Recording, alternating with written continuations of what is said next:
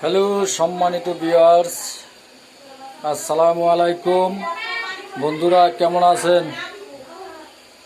আশা করি ভালোই আছেন। আলহামদুলিল্লাহ আমিও ভালো আছি। তো ভিউয়ার্স, আজ রবিবার। বন্ধুরা,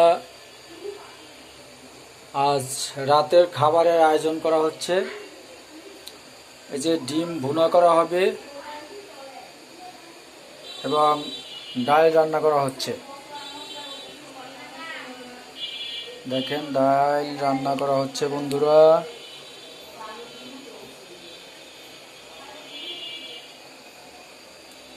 এই যে ডিম ভুনা করা হবে এবং আলু ভাজি করা হবে।